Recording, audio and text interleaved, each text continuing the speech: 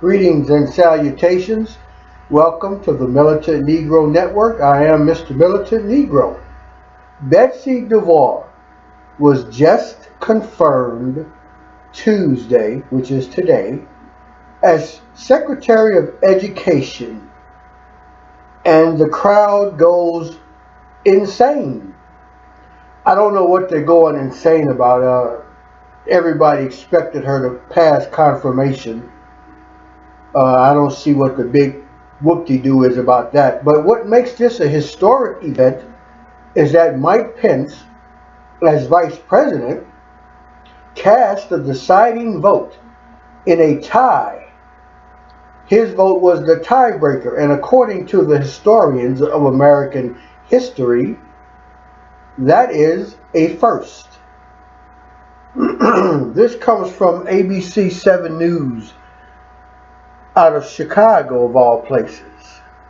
The Senate on Tuesday confirmed school choice advocate Betsy DeVos as Education Secretary by the narrowest of margins, with Vice President Mike Pence breaking a 50-50 tie in a historic vote. Two Republicans joined Democrats in the unsuccessful effort to stop the nomination of the wealthy Republican donor. Excuse me, seeing this story makes me have a frog in my throat. The Senate historian said Pence's vote was the first by a vice president to break a tie on a cabinet nomination.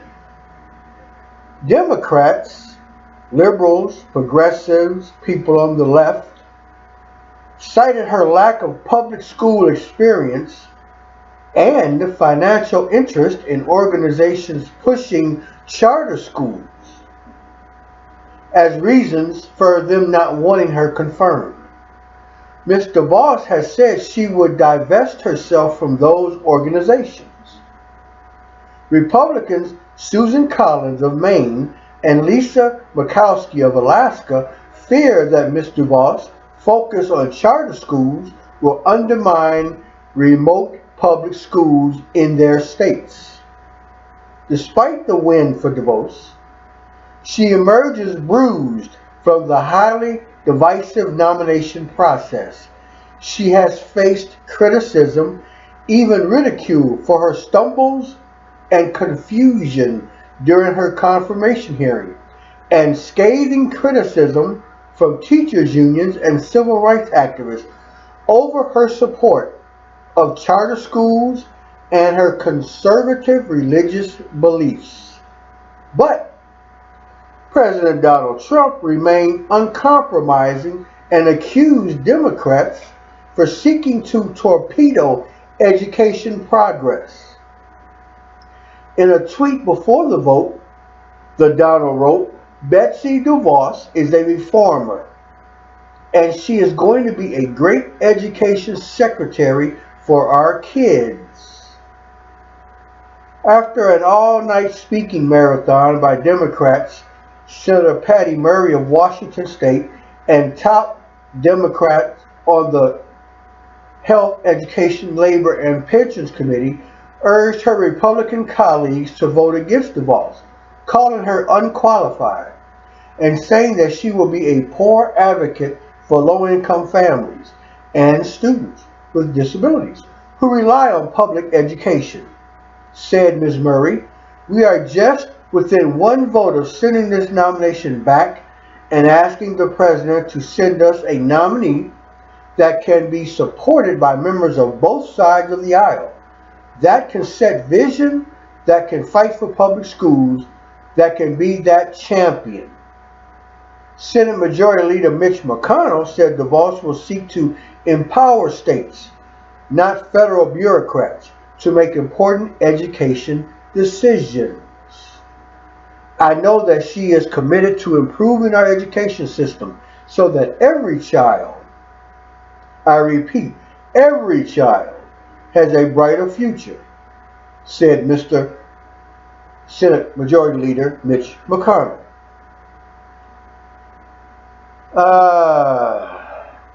Here we go again. people don't like Betsy DeVos because she supposedly has no experience in the education field. She is a proponent and advocate of charter schools and education vouchers. She also is wealthy, which pretty much everybody in Donald Trump's administration is wealthy. And they say she has investments in charter schools. She is against public schools, and she is against low-income, poor school system, which makes her racist. Now, pretty much anybody who gets appointed as Secretary of Education doesn't have any experience being a Secretary of Education. But I see the point of people being afraid that her lack of experience in the education field, period, could be a hindrance to her doing her job. The wealthy part, that's not something you can blame a person for. Wealth is something you either acquire by working for it or by inheritance. So you can't hate people who are wealthy simply because they are wealthy. The part that concerns me, and that should concern every American citizen, whether you have children in the education system or not, is her lack of support for the public school system. Charter schools, from my understanding, are schools that cater to the elite students. Charter schools do not normally accept poor students or students with a low education IQ. And when I say low education IQ, I'm not talking about intelligence. I'm talking about scores, test results. Charter schools cater to kids with high test scores and children with high GPA grade levels. So a lot of the poor or less smart children fall through the cracks. Charter schools would not necessarily cater to educating those children.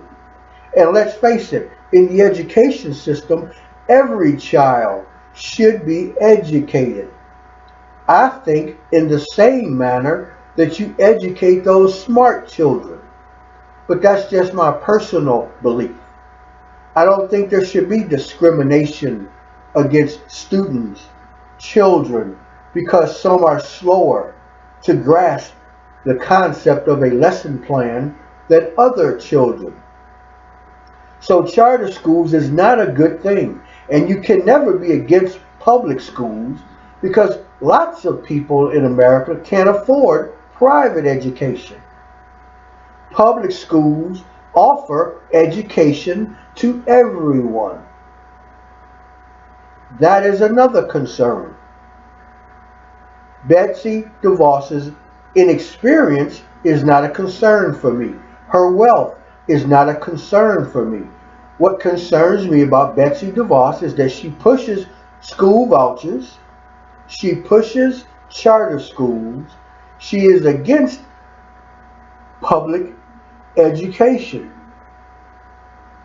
So these things are what troubles me and what should trouble most of America. You can't have an education secretary who discriminates against a part of the education population. Just like you can't have a president who is prejudiced against certain people who may be Islamic or Muslim or gay or lesbian or bisexual or transgendered. It just does not work. So we'll have to see what Betsy DeVos does. Just like we have to see what the rest of the Trump cabinet administration does. It's easy to be upset. It's easy to protest. It's easy to be worried. There are many things to be worried about thus far from the Trump administration. But we can't do anything about it. He won, fair and square. Can't stop that, can't beat it, can't change it. the way the cookie crumbles. The person who wins gets to do what he wants. Namaskar.